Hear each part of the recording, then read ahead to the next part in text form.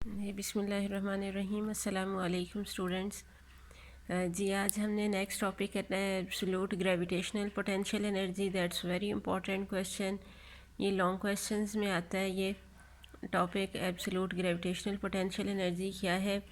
ये it is the work done in moving a body from surface of earth to infinity where force of gravity become zero.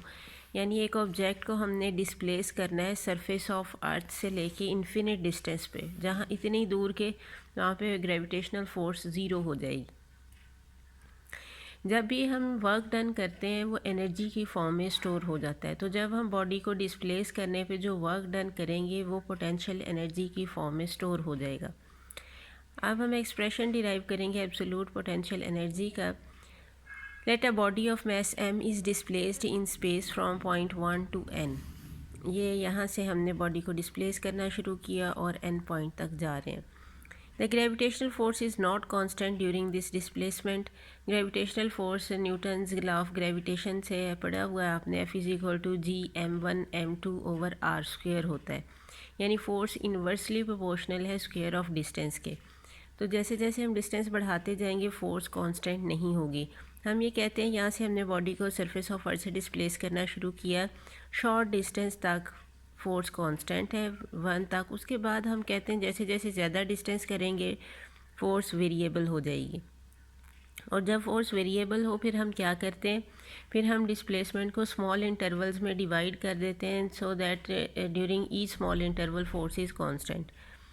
The gravitational force is not constant during this displacement, that's why we divide the whole path into n small intervals। अब हम work done कर calculate करेंगे हर small interval के along और उन सब को add up कर देंगे तो हमारे पास आ जाएगा total work done in displacing the object from surface of earth to infinity. Work done during step 1 to 2। अब ये 1 और 2 3 सो ऑन जो हमने स्टेप्स डिवाइड किए हैं 1 से 2 तक बॉडी को डिस्प्लेस करने में जो वर्क डन है वो हम कैलकुलेट करेंगे। Let mass small m is the mass of the body, capital M is mass of the earth, r1 is a distance of point 1 from centre of earth. यानी earth के centre से जो point 1 का distance है वो है r1 और point 2 का जो अर्थ के सेंटर से डिस्टेंस है that is r2। r2 is equal to distance of point 2 from center। the distance between center of this step and center is, अगर हम इन दोनों स्टेप्स का सेंटर लें, जैसे ये दोनों का सेंट्रल पॉइंट लिया और अर्थ का सेंटर लें, इनके दरमियान जो डिस्टेंस है that is r and r is equal to r1 plus r2 divided by 2। तो डेल्टा r किसके इक्वल आएगा? ये डेल्टा r इक्वल होगा r2 माइनस r1 के। तो यहाँ से r2 किसके इक्वल आ जाएगा? डेल्टा r प्लस r1 के। Now put equation 3 in equation 1। So r is equal to r1 plus delta r plus r1 over 2। देखिए r1 प्लस r2 की जगह हम क्या पुट करेंगे? Delta r plus r1। So 2r1 plus delta r divided by 2 हो जाएगा ये, ठीक है। तो r किसके इक्वल आ जाएगा? यहाँ से 2 को हम डिवाइड कर देंगे ये r1 पे भी और डेल्टा r पे भी। ये 2 के साथ कैंसिल हो जाएगा तो सिर्फ बचेगा r1 plus delta r over 2। ये हमने निकाल लिया r, यानी जो सेंट्रल पॉइंट का डिस्टेंस है अर्थ के सेंटर से। अगर हम दोनों तरफ स्क्वेयर कर दें तो r स्क्वेयर इक्वल आएगा r1 plus delta r by 2 whole square. इस पर हम a plus B whole square का फार्मूला अप्लाई कर देंगे। वो क्या होता है? a square plus B square plus 2ab। तो a स्क्वेयर यानी ये बन जाएगा r1 स्क्वेयर, b स्क्वेयर की जगह यहाँ पर है delta r square by 4 plus 2a है r1 और b है डेल्टा r ओवर 2। 2 के साथ कैंसिल हो जाएगा। सो r1 square plus delta r square by 4 plus r1 into delta r। Since delta r square is very very less than r1 square. अब ये देखें अगर हम इतने स्मॉल डिस्टेंस का स्क्वेयर करें तो ये बहुत छोटा होगा, जबकि अगर हम ये जो वैल्यू है अर्थ के सेंटर से ये r1 लेते हैं तो ये ज़्यादा होगी। So delta r is very very less than r1 square, so this term can be neglected. ये इतनी स्मॉल है टर्म डेल्टा r वाली कि हम डेल्टा r स्क्वेयर को निगलेक्ट कर देंगे। तो बाकी क्या बचेगा हमारे पास?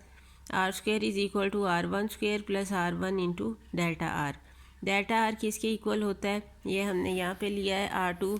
ये देखें डेल्टा आर अगर हमने ये फाइंड करना है इतना, तो क्या होगा R2 यानी R2 जो टोटल है उसमें से R1 माइनस कर देंगे तो हमारे पास ये डेल्टा आर निकल आएगा। तो डेल्टा आर की जगह हमने पुट कर दिया R2 माइनस R1, तो R1 square plus R1 R2 minus R1 square हो जाएगा, plus R1 square minus R1 square से कैंसिल हो जाएगा, तो R स्क्वायर इक्वल आएगा R1 R2 के। Now gravitational force F at center of the step is F is equal to Gmm over R square, so this will be equal to Gmm over R1 R2। R square की जगह अब हमारे पास आ जाएगा R1 R2। Now work done in first step is work done from 1 to 2, क्या आ गया हमारे पास F डॉट डेल्टा आर, तो F के F into delta R cos theta आ जाएगा जब डॉट हटाएंगे। तो आप देखें कि फोर्स ऑफ ग्रेविटी हमेशा आपको बताया किधर होती है, वर्टिकली डाउनवर्ड। बॉडी को हम डिस्प्लेस कर रहे हैं अपवर्ड, तो दोनों के दरमियान फोर्स और डिस्प्लेसमेंट के दरमियान एंगल कितना बनेगा 180 डिग्री। तो F into delta R cos of 180 degree लेंगे, so minus F into delta R हो जाएगा। ये कॉज 180 होता है -1। अब फोर्स हमने न्यूटन्स लॉ ऑफ ग्रेविटेशन से निकाल ली है। Gm1 m2 होता है, तो एक मैस है मैस ऑफ अर्थ, दूसरा मैस है स्मॉल m जिसको हम डिस्प्लेस कर रहे हैं। तो Gmm ओवर आर स्क्वेयर की जगह क्या आ जाएगा R1 R2, जो हमने इसकी वैल्यू फाइंड की है। डेल्टा आर है R2 माइनस R1 के इक्वल। तो माइनस Gmm को हम बाहर लिखेंगे, R1 R2 को इधर डिवाइड कर देंगे, R2 divided bye R1 R2 minus R1 over R1 R2। यहाँ से R2 कैंसिल हो जाएगा, इधर से R1 कैंसिल हो जाएगा, तो हमारे पास क्या बचेगा 1 over R1 minus 1 over R2। ये हमने वर्क डन कैलकुलेट किया है इन स्टेप फ्रॉम 1 to 2। अब हम सिमिलरली करके लिख देंगे। इसी तरह जब हम सेकंड से थर्ड स्टेप की तरफ जाएंगे तो वर्क डन क्या होगा, work done will be minus Gmm 1 over R2 minus 1 over R3। यहाँ पे देखें फर्स्ट स्टेप के डिस्टेंस में से सेकंड को माइनस किया था, इसी तरह सेकंड में से थर्ड को माइनस करेंगे। जब 3 to 4 होगा तो क्या हो जाएगा 1 over R3 minus 1 over R4। इसी तरह अगले स्टेप में हो जाएगा 1 over R4 minus 1 over R5। इसी तरह सो ऑन आगे से आगे चलता जाएगा। जो लास्ट स्टेप हमने लिया है अप टू n से पिछली वैल्यू क्या होगी n-1 होगी। तो work done from n-1 to n क्या होगा minus Gmm into 1 over Rn minus 1 minus 1 over Rn। अब हमने क्या कहा है कि टोटल वर्क डन हमने कैलकुलेट करना है 1 to n। तो उसके लिए हम क्या करेंगे, हम इन सब को ऐड अप कर देंगे। जो जितने भी वर्क डन है from 1 to 2, 2 to 3 so on n-1 to n, values put कर दें। Minus Gmm into 1 over R1 minus 1 over R2 plus minus Gmm 1 over R2 minus 1 over R3 plus so on minus Gmm 1 over Rn minus 1 minus 1 over Rn। तो total work done हमारे पास क्या आ जाएगा minus Gmm 1 over R1 minus 1 over R2 plus 1 over R2 minus 1 over R3 plus minus 1 over R3 plus so on plus 1 over Rn minus 1 minus 1 over Rn।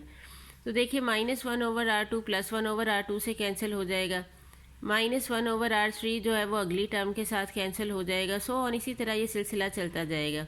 तो सिर्फ हमारे पास क्या बचेगा 1 over R1 minus 1 over Rn।